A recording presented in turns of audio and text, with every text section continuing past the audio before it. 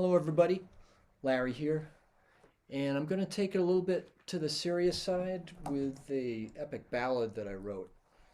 It covers the scope and sweep of Irish history, which has its ups and downs, as everybody knows. So settle in, grab your favorite beverage if you like, and here it is. It's called How As Before, and it runs about 10 minutes. And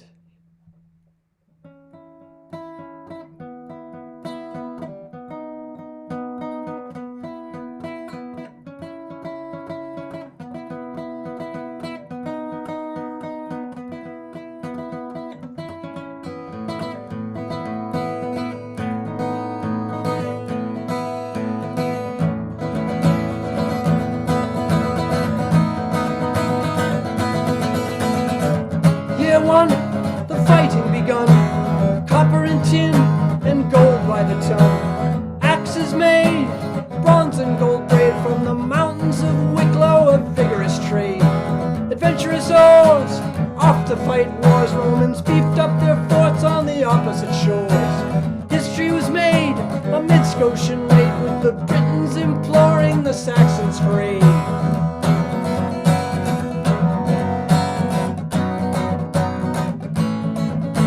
A new sainted age brought peace as its wage, sending forth sage after anointing sage. Sages at court, Merovingian fort, who so longed for the word, thronged every sort. Clashes with Moors at Battle of Tours showed Frankish kings fanaticism's laws. Vikings nearby where their Saxon kith lie, then stormed Irish shores, simple monks were to die.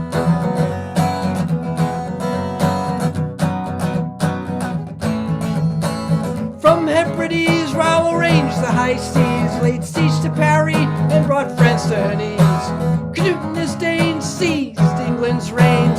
Scots, Welsh, and Cornish would not bear his chains. On Erin's coast, more Danish hosts, of command of a few of the ports they could boast. At 73, Mac Kennedy drove the last Danish warlord back into the sea.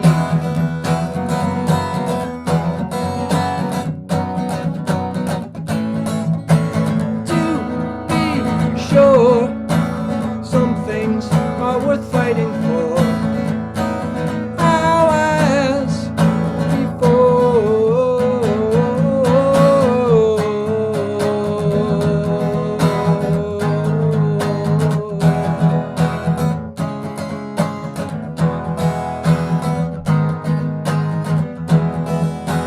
Plantagenet did win the day and brought 1/6 of Ireland under his sway.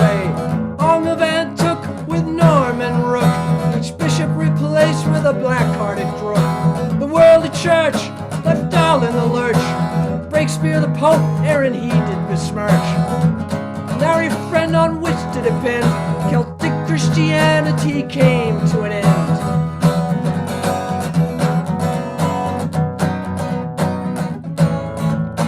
Amidst the Crusades and fierce Norman raids, as Byzantium fall into armored brigades, a new tour de force did turn the course. Gallowglass came with their armor and horse. Edward the Bruce gave no excuse. 30,000 of Richard's men he did reduce. Now in plate mail, the force of the gale drove back the English host behind the pale.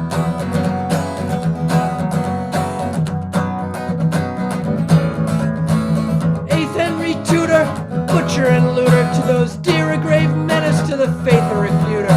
The rule in those days adopt English ways, and joined Sassanau with its Habsburg liaise. But behind Ireland's back, Henry launched his attack, using brigandage and operations most black.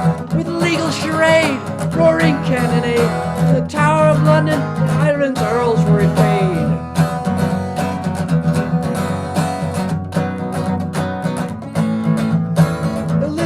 Court was proud to extort 100,000 supplanters King James did import. The poisoning hand under unseen command hunted down Irish nobles at home in strange land. Grasping knaves took young girls as slaves, bound for Jamaica, tossed on ocean waves. Abject dispossessed were forced to roam west, to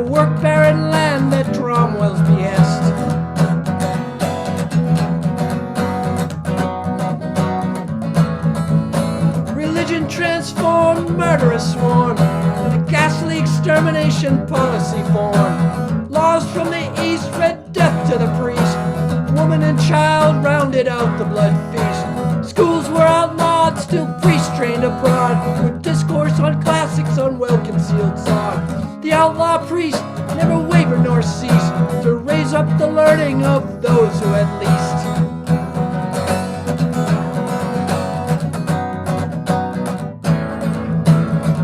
James too worked to undo the basest oppression and justice renew. A Catholic king to France deferring, where Louis XIV took him under his wing. But William of Old from Holland did go to Britain to face down his crown Stuart foe. With his new laws, Ireland took up James' cause. French laissez-faire left it once more in fate's jaws.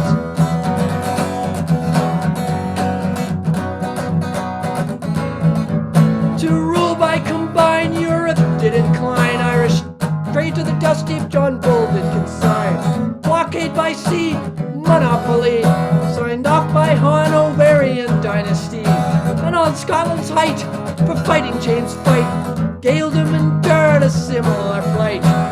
Ruinous taxation, egalicization, when far shores Freemason conceived a new nation.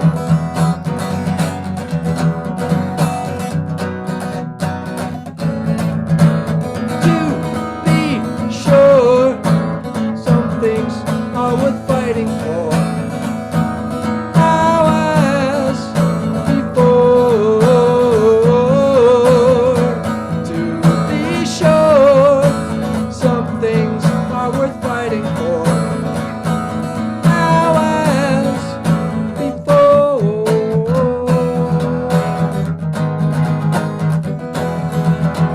Flying Skull and Bones sailed John Paul Jones into Belfast Bay and made them stir in their thrones. Revolutions advance and goodwill from France led Wolfe Tone to hope that there might be a chance. 1793, the priest was made free to preach to the faithful without penalty. But the outcome of war awaiting French aid once more led redcoats to new levels of rape and gore.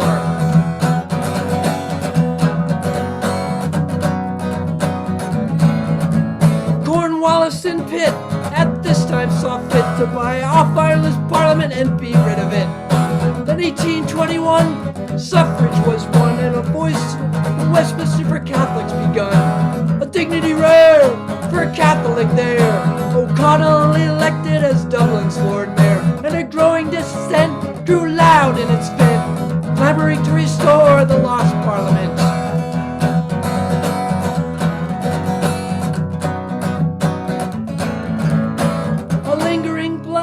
The country did smite, and the populace faced a most desperate plight. The humblest crops yield suddenly stops, while the amount of grain for export never drops. The empire's cocksurest, free market purist, let starvation speak and death claim the purest. For 6 years so bleak in the road lay the weak, while the vulture tore at the child's face with its beak.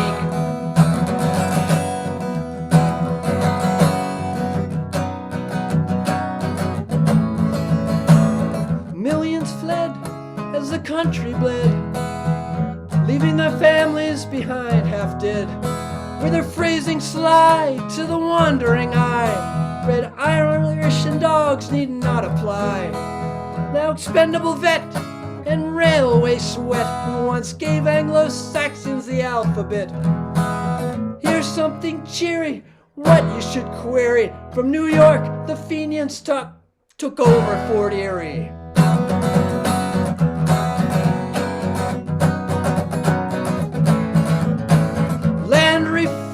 Took Ireland by storm, and Parnell held forth in congressional form. Neither Balfour's plot, bayonet nor buckshot, could hold back the tide, just ask Captain Boyd Cott. The Tories reside on the Orange man's side, and take party politics on a wild ride. In the name of the crown, reform watered down, coercive oppression reigned on every town.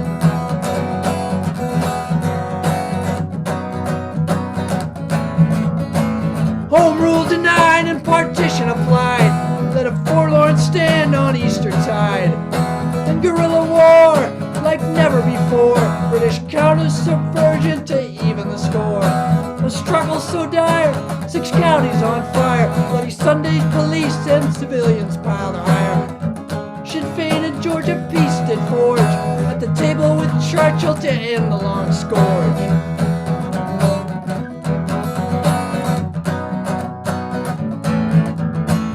To be sure, some things are worth fighting for. Now as before, to be sure, some things are worth fighting for. Now as before.